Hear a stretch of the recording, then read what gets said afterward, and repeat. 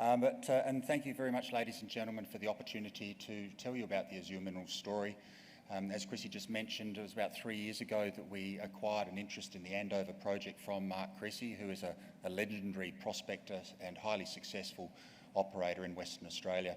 And initially it was the Andover nickel project. We were exploring for nickel, copper, cobalt sulfide mineralisation. We had great success. We identified 2 deposits which are now have mineral resources ascribed to them, and also underway, or development studies are underway on those 2. But more recently we identified the potential for and the actuality of there being lithium-rich pegmatites on the same property. So it's certainly expanded our focus. Usual disclaimer and statements which can be found on our website on the various announcements. It's very important to acknowledge the traditional owners of the land on which we operate, the Ngalama people. This is their land. They are the traditional owners and custodians there. We could not operate there without their approval and their blessing. And so we have developed over the last 3 years a very close working relationship with them. It's very vitally important for the future of the company and of the project that we maintain that excellent relationship. And expanding out a bit from local community relations to the greater ESG side of things, so environmental and the social licence to operate, etc. We believe very strongly that we have to operate to the very highest standards possible. And obviously, being in Australia, those standards are already quite high, but we aim to meet and exceed those to the best of our ability. Now, corporately, the company's got about 390 million shares on issue. When I designed this particular slide, share price was about 30 cents, so the market cap was 130 million. Well, we put out an announcement this morning of some more intersections of spodumene-rich pegmatites, and the share price has jumped by about another 15%, so we're sitting up around $150 million market cap at the moment, with $23 million in cash and no debt. So the company's in a very secure position financially. We have recently welcomed SQM onto our register. SQM are one of the 2 largest lithium producers in the world. They're a Chilean company. Mostly brines is the source of their lithium. However, they are also in joint venture with Wesfarmers in Western Australia, building the Mount Holland mining and concentrating facility and a lithium refinery near Perth as well. So to have one of the 2 largest lithium producers on our register and showing us that support is a huge endorsement for the lithium potential of the Andover project. And the Andover project, I just briefly mentioned, is still a joint venture with Mark Creasy. We own 60% of the project, and Mark Creasy owns the other 40%. So the prospects that we're looking at, or the elements we're looking for, nickel, copper and cobalt, which has been ongoing for about 3 years, and also lithium. So Andover's located in the northwest part of Western Australia. It's a very infrastructure-rich area. To our south, we've got Rio Tinto's iron ore mines, and to the north, we've got their port facilities, and offshore there is oil, gas and LNG for Woodside and Chevron as well. So there's a very large amount of infrastructure in the area. So we have identified nickel, copper, cobalt sulfide mineralisation. We have 2 resources there which total over 6 million tonnes of resources at about 1.5% nickel equivalent for nearly 100,000 tonnes of nickel plus copper plus cobalt. Plus we also have the new highly prospective lithium-rich pegmatites. So as I mentioned, the logistical area, from the logistical side, is that this is a really well-located project. On that image there, you can see outlined in blue is the 108 square kilometre project that we have, the Andover project. So you fly Perth to Karratha, that's 2 hours, and there's a half-hour drive along the Northwest Coastal Highway, which takes you directly into our project area. There are other roads and tracks that crisscross the project as well. There's high voltage power lines there, there's gas pipelines, potable water supply, mobile phone coverage everywhere throughout the project area, and Karratha's got 35 to 40,000 people who live there, so from a mining and exploration support centre, you couldn't get a better located project. And the other great thing about this project is that the rocks all stick out of the ground. There's no soil covering there, so everything you see on the ground is the original rocks that are there.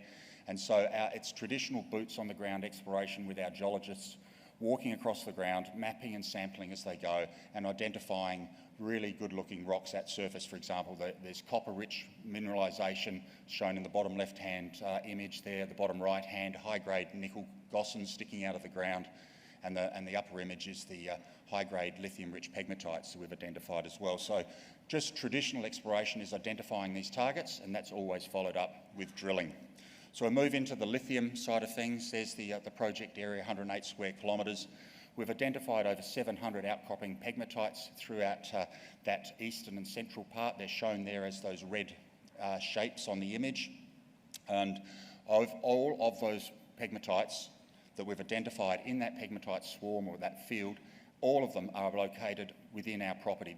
This pegmatite swarm does not appear to go outside of our project boundary, which is quite remarkable. And this particular pegmatite swarm is over 9 kilometres long, 4 to 5 kilometres wide on the eastern end, and individual pegmatites we've observed over 1 kilometre long and maybe 100 metres or more wide at surface. And this is what they look like. It's basically rolling hills with a bit of spinifex grass covering it.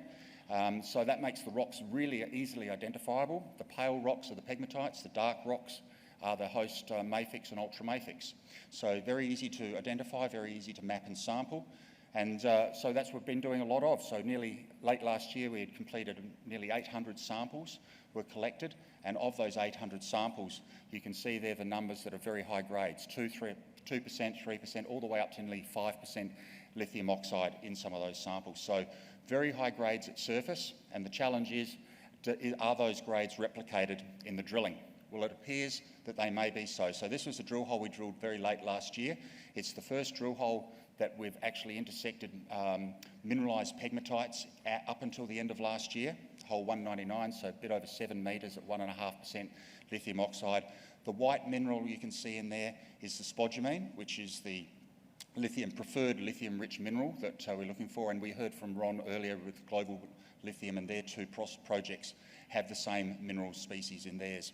So we're looking here at a little bit more drilling that carried out earlier this year, and we announced some visual intersections this morning, and so there's 4 drill holes drilled on there. There's pegmatites being intersected in all 4 of those holes.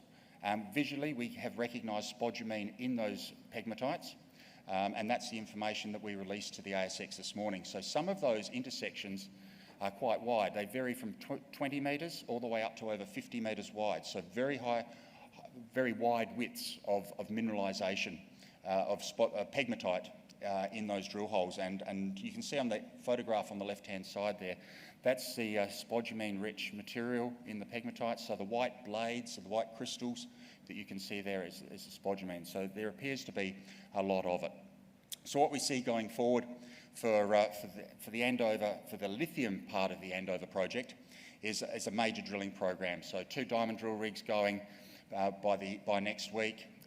Then we'll probably have 3 or 4 RC rigs in there before the middle of the year as well. The intention is to drill 40,000 metres of these pegmatites this year. And we'll also continue with the systematic surface sampling as well. Metallurgy test work will be get underway as well, plus all of the other various studies that we need to advance the project. The strategic objective that's been set for the Exploration Department by Azure's board is that we would like to see, before the end of this year, the potential for Andover to host over 100 million tonnes of lithium resources. Now, if that is possible, and if we could confirm that that potential is there, which would then be followed up with resource announcements as well, if we could confirm that potential, that could quite likely make Andover one of the largest lithium resource projects in Western Australia. And then we've also got the nickel sulphide mineralisation as well.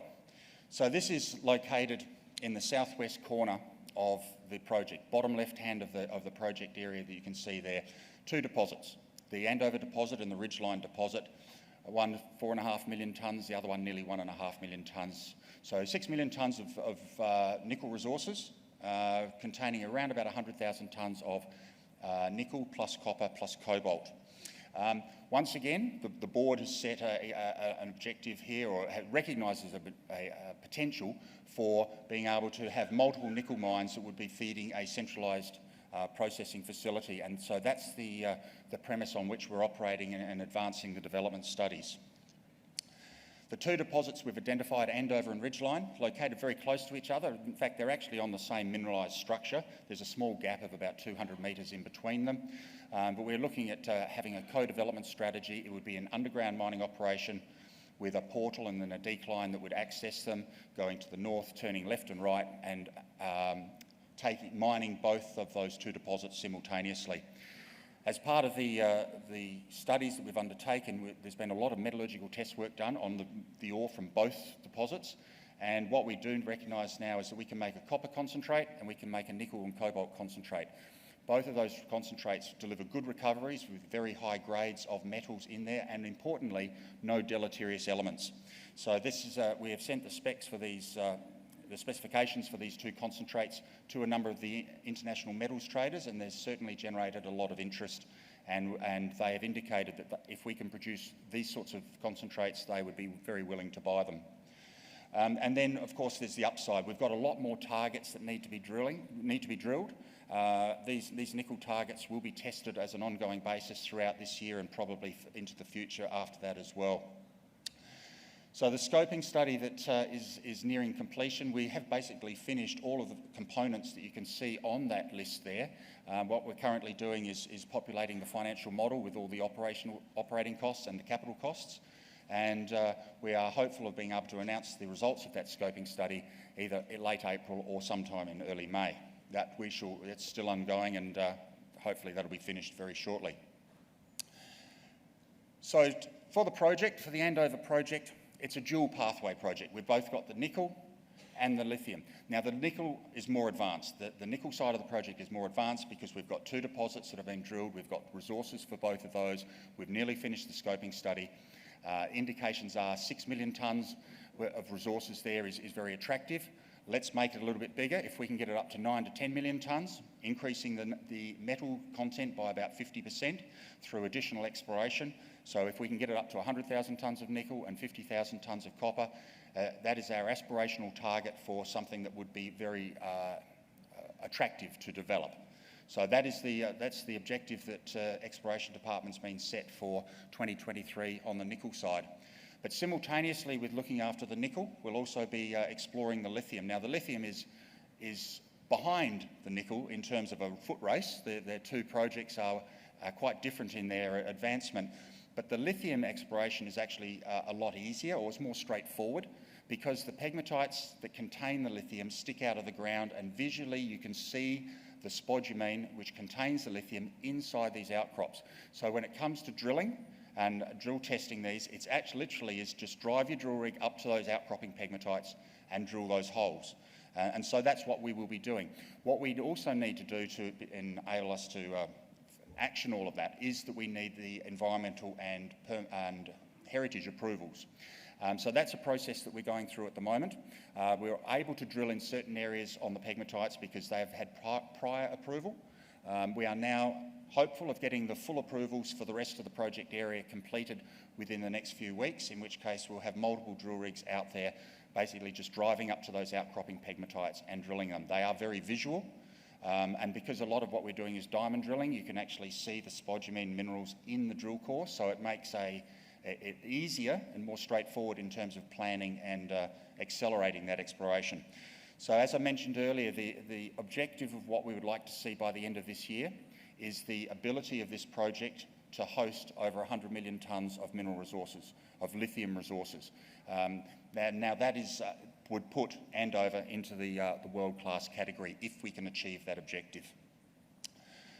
So that's the Andover story. That's the focus for the company, to have nickel resources and potentially to have lithium resources on the same project within or close proximity to each other, and to have such an infrastructure-rich area with all of those services that you need to run mines all within in our district is quite remarkable.